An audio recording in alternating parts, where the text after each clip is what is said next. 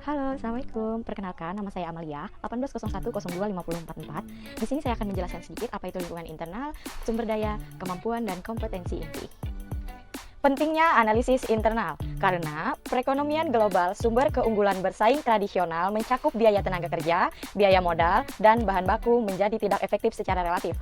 Di tahun 1990-an, para manajer dievaluasi dalam hal kemampuan mereka untuk mengidentifikasikan, memelihara, dan menggunakan kompetensi inti perusahaan mereka, baik lingkungan internal maupun lingkungan eksternal, mempengaruhi perusahaan untuk mencapai daya saing strategis dan laba di atas rata-rata.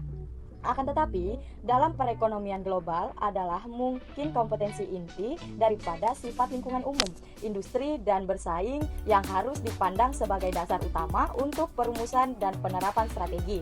Seringkali pesaing mempelajari bagaimana untuk meniru manfaat strategi sebagai perusahaan. Dengan demikian, setiap perusahaan ditantang untuk menggunakan keunggulan perusahaan yang dimilikinya saat ini. Sementara secara bersamaan juga menggunakan sumber daya, kemampuan, dan kompetensi untuk mengembangkan keuntungan relevan di masa depan. Tantangan analisis internal, identifikasi, pengembangan, perlindungan, dan penggunaan sumber daya. Kemampuan dan kompetensi inti mungkin terlihat relatif mudah, akan tetapi kenyataan tidak demikian. Sesungguhnya tugas ini sama menantang dan sama sulitnya dengan tugas manajer lain. Keputusan yang dibuat oleh manajer saat menganalisis lingkungan internal perusahaan bersifat signifikan karena dapat mempengaruhi kemampuan perusahaan untuk mengembangkan keunggulan bersaing yang berkesinambungan. Sumber daya merupakan input proses produksi perusahaan seperti barang modal, kemampuan pekerja, paten, keuangan, serta manajer yang berbakat. Sumber daya berwujud adalah aktiva yang dapat dilihat, disentuh, dan dihitung. Sumber daya berwujud terbagi menjadi 4. Yang pertama, sumber daya finansial, kapasitas peminjaman perusahaan dan kemampuan perusahaan untuk menghasilkan dana internal.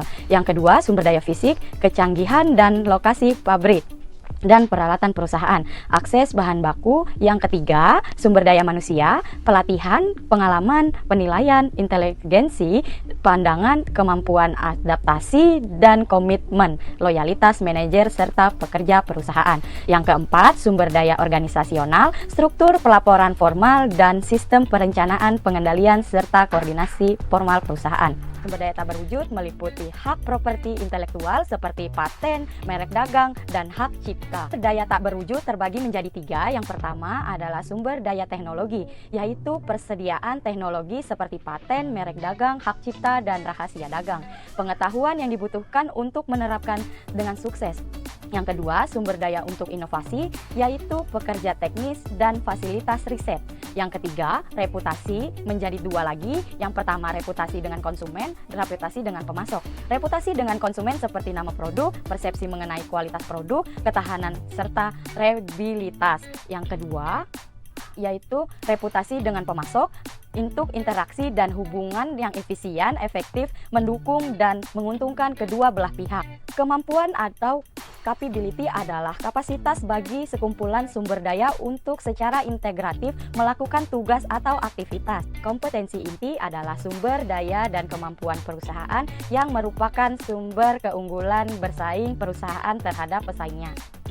Kemampuan menjadi kompetensi inti adalah apabila dapat mendorong perusahaan menghasilkan produk perusahaan sendiri. Produk tersendiri adalah barang atau jasa yang dengan sifat dan karakteristik yang dihargai konsumen. Hasil yang dicapai melalui analisis lingkungan eksternal dan internal memberikan input strategis yang diperlukan perusahaan untuk mengembangkan strategis intent dan strategis mission.